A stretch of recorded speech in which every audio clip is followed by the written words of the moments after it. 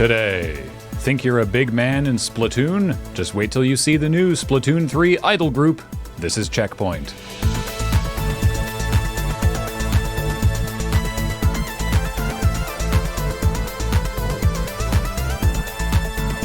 Welcome to CheckPoint, and okay, now who's missing their hair? Look, I didn't want to bring this up, but your Delton cosplay is really screwing with me, so I thought I'd get you a little gift. What's this? 30 months of keratin deposits. Gotta be something in there you can use. Jesus. Sure. Look, this'll take me a while to fasten, so I'll be not here. Huh.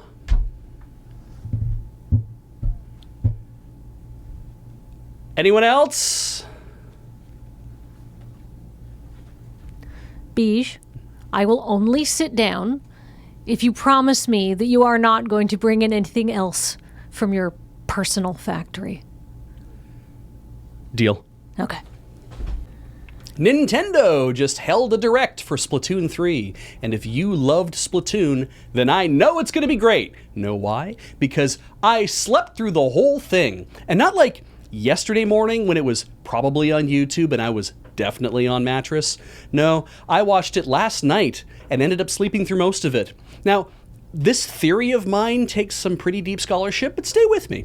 I'm not a fan of Splatoon, the game. Just Splatoon, the concept. I tried the first game, couldn't really get into it, then figured maybe the second game would be better, and just deeply sucked at the gameplay. So the way I see it, if they've changed nothing about the game in order to interest me, then all of the new stuff must be stuff that's going to interest actual fans. For example, there's a new idol group called Deep Cut, one member of which is a giant ray called Big Man. Perfect design, perfect name, don't change a thing. I had to learn this by reading an article. There's 3-way matches now. I was fast asleep, must be amazing. They've added a card game and cards to collect while playing. Hit up Wheeler every Sunday night for that shit because I'm sawing wood. This is a real time saver for me because now I can just sleep through every video game reveal and know it'll be a smashing success for someone. Sweet dreams! Bummed out that you were born too soon to explore the universe? Don't worry, you can still explore the 1994 version of Super Punch-Out. According to the New Cheats News Twitter account, the game contains both a Boxer Select menu and a secret 2-player mode that has been undiscovered for 28 years, even though all you gotta do to access them is press buttons on 2 controllers at the same time. To access the Boxer Select menu, you hold down R and Y on player 2's controller during the press start screen and then hit start or A on player 1's controller. And then once you're on the Boxer Select screen, you can make any match a 2-player match by holding down the B and Y buttons on player 2's controller. Ars Technica's Sam Makovich tested the cheat codes and found out they worked on the SNES Classic Edition, the Switch port, and the 1994 SNES cartridge version of the game. This is an incredible Easter egg. It wasn't discovered for so long. It's basically this generation's national treasure, and no, I won't be taking questions at this time. It's Sonic's 30th anniversary! Jesus, am I still stuck doing this? Whatever. And Sonic costumes are coming to Fall Guys. Wait, no, I'm sure we did this story already. Did we? Anyone remember? God, this sure seems like something that already happened. Anyway, Fall Guys has announced that to keep the good time spin dashing, they're revealing new costumes for Sonic and his amazing friends, like Idris Elba, Furry Shota, Gold Dust the Hedgehog OC Don't Steal, and Dr. Ovi Kintabor. This goes with the Sonic outfit they already added in October 2020. I knew it! I knew it! We covered this already! Oh my god! I have been locked in this Sisyphean nightmare of Sonic promotional material for 2 years, and now I'm doing repeats. Look, my hair's the same as it was at the start of the pandemic. It hasn't grown at all. I know what this is. I'm in a loop, a Sonic loop, like the one he runs around and around in before he careens into spikes or dead stops into a wall because you didn't jump in time thanks to poor level design. This is my hell. And you can experience it too in Fall Guys from August 11th to the 15th with new costumes and a new level called Bean Hill Zone. Exciting. And now it's time for my favorite kind of story, one that yields a surprisingly deep well of drama and intrigue. At the end of July, Seattle-based developer Our Machinery announced it was ending development of its game engine, The Machinery. And the announcement that went out to developers was so short on details, I'm just going to read the whole thing. Hi, everybody. Thanks so much for supporting The Machinery.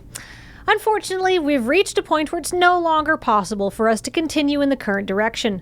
Per Section 14 of the End User License Agreement, the development of The Machinery will cease. All licenses are terminated as of 14 days after the date of this notice, and you are requested to delete your copies of The Machinery. We really appreciate you being part of the Our Machinery community.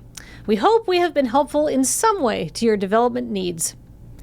Now, I don't know if you know anything about how game development works, but if you have to change the engine, that's bad.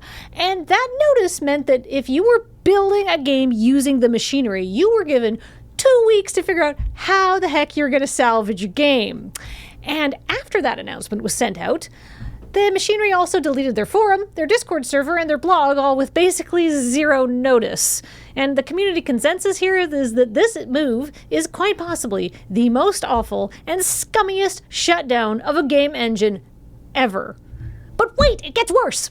That Section 14 of the EULA that the email mentioned, well, originally it didn't actually have any part in it that said you must delete all your source code. That was changed a couple of days before the shutdown news went out. The only silver lining here is that EULA change probably could be fought in court, and that anybody who was paying to license The Machinery will have their annual fees refunded.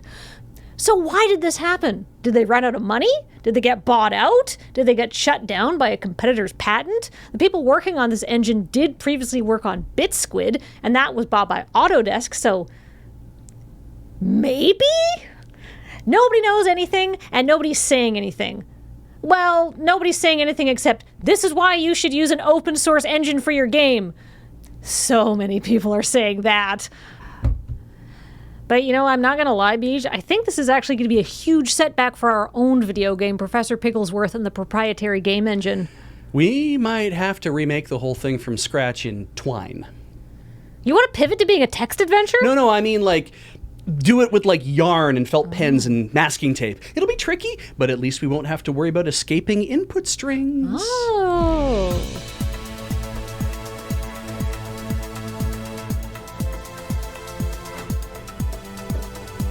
Coming up, someone held a Waluigi-themed bachelorette party where everyone dressed as a different Waluigi. We still don't know if Elvis Waluigi outdrank Pirate Waluigi, but they're all in trouble with their mother and Yeah, that worked. Was that okay? Was that a Waluigi noise? I think that was a Waluigi noise. Okay, yeah, good. Yeah. Like, I'm literally not... It had good flow. Okay, Yeah. but... Yeah, I TikToker, like, I think she just happens to be a person who put the video on TikTok. Is she like a TikTok influencer or something? Her TikTok name is Cherry Sorbet, which, I mean... Could be anything. Yeah, it could be an exotic dancer for all I know. I don't know actually what her TikTok thing is. Well, you know what? I don't know if she's a TikToker, but she certainly is someone. Yeah, absolutely. She is somebody's bride-to-be. She seems awesome. What Yeah, a catch. no, I'm down with this idea. This was amazing. Also, I love how drunk she was. It's Sonic's 30th. No, I want to start that a little bit faster. I'm not gonna lie, Bish. I think this is going to be a big setback for our own video game, Professor Pigglesworth and the magical proprietary game engine. Yeah, we might have to remake the whole thing from scratch in Twine. You want to pivot to being a text adventure? No, this time we're going to make it out of yarn, felt pens, masking tape. It'll be tricky, but at least we won't have to worry about escaping input strings. Yes, my regent.